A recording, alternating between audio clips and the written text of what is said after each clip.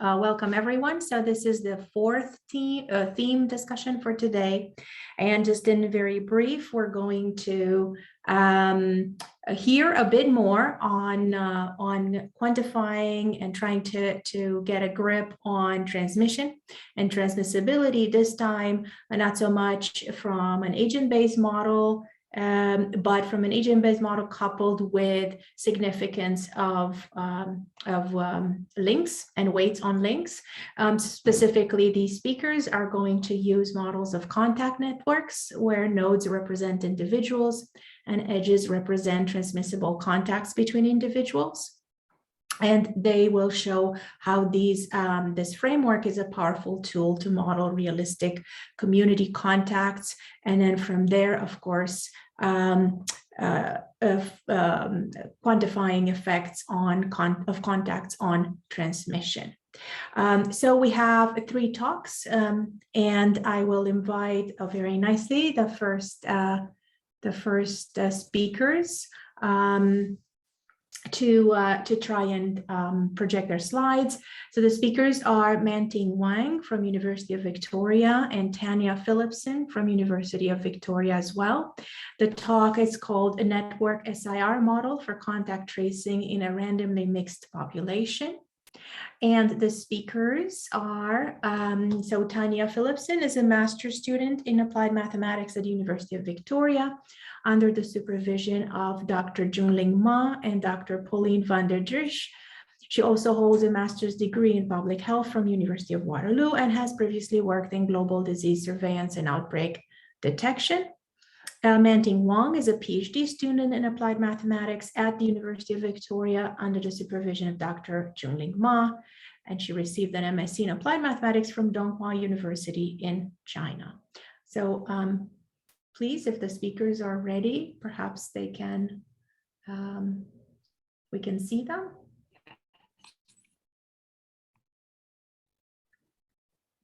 Thank you. Are you able to see my screen?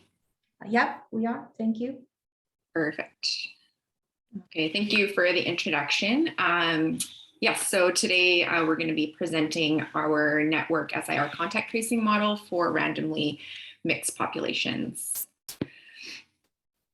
All right, so contact tracing, we know, is a key public health measure to inhibit disease transmission. The goal of it is to trace and isolate infectious contacts following positive diagnosis of patients. Some challenges related to contact tracing. In the case of an emerging disease such as COVID-19, case definitions, testing policies, and other public health measures have varied over time and across provinces, regions. As well, laboratory testing and contact tracing capacities can reach their limits due to resource challenges. And widespread community infection and asymptomatic or pre-symptomatic transmission can lead to decreased tracing coverage. So we completed a literature review of mathematical models that incorporate contact tracing. Here's a small selection of some references. We found that there are three common types of models that incorporate contact tracing. And while each has many strengths, there are also some limitations. So for example, in randomly mixed models, you're not able to accurately track contacts. In contact network models, you require more detailed information for the network of interest. And with branching processes, you're unable to assess specific disease dynamics, for example, how IFT would change over the epidemic. So our idea was to consider a tree of disease transmission in a randomly mixed population. So here on the top part of the slide is sort of a visualization of this process. We keep track of the contacts that results in infections. And so these are represented by the nodes. We have the blue nodes on the left. Those are the susceptible nodes. We have one infectious node.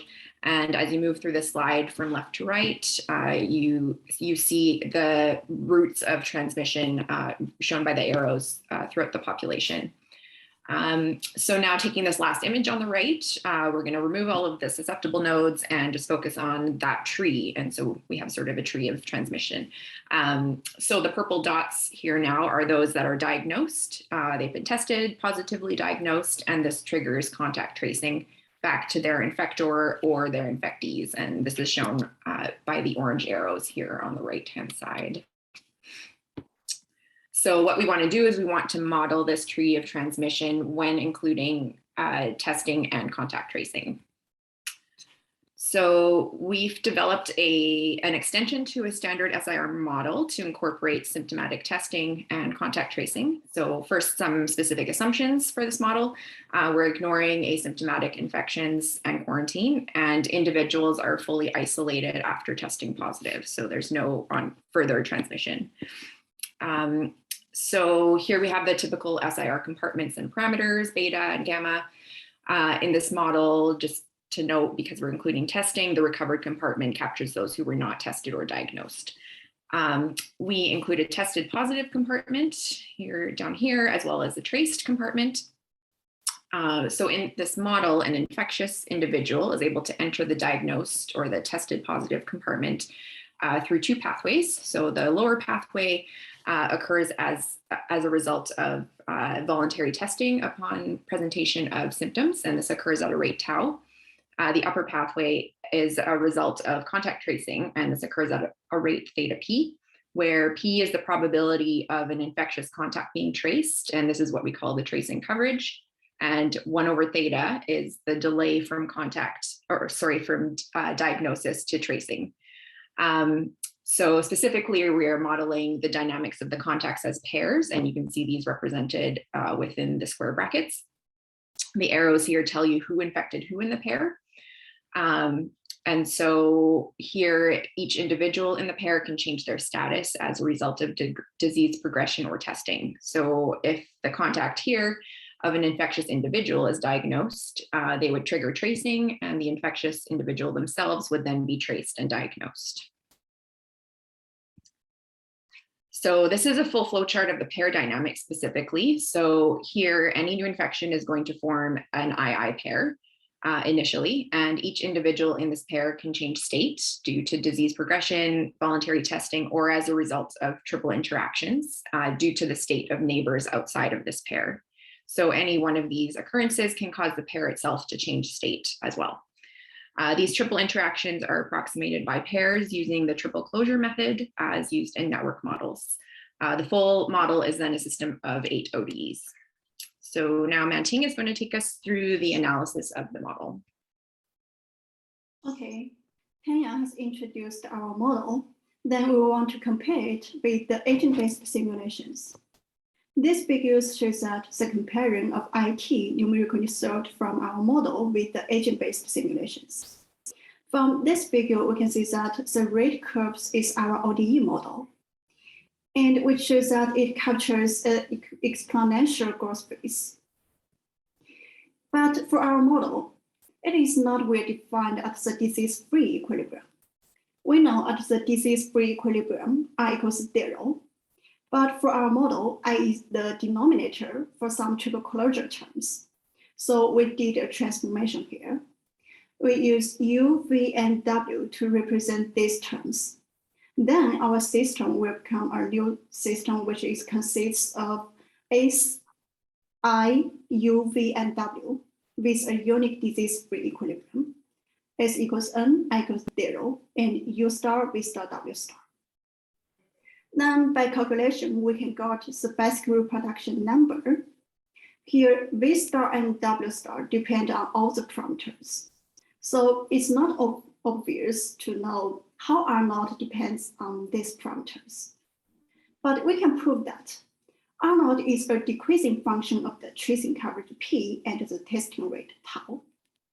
For the sensitivity of R naught to P and tau, we plotted a control figure of R naught as a function of P and tau. From this figure, we can see that R naught will decreases with both P and tau, and a small increases in tau has a same result as the large increase in P. So R naught is more sensitive to tau than to P. And for larger tau, the sensitivity of R naught to P will increases. Okay, then by numerical simulations, we can get R naught will decreases as the tracing rate theta increases, and R naught will increases with the transmission rate beta increases. Then here we consider a problem that the total tracing rate theta times t should be saturated for large t. Here theta is a tracing rate and T means people who tested positive.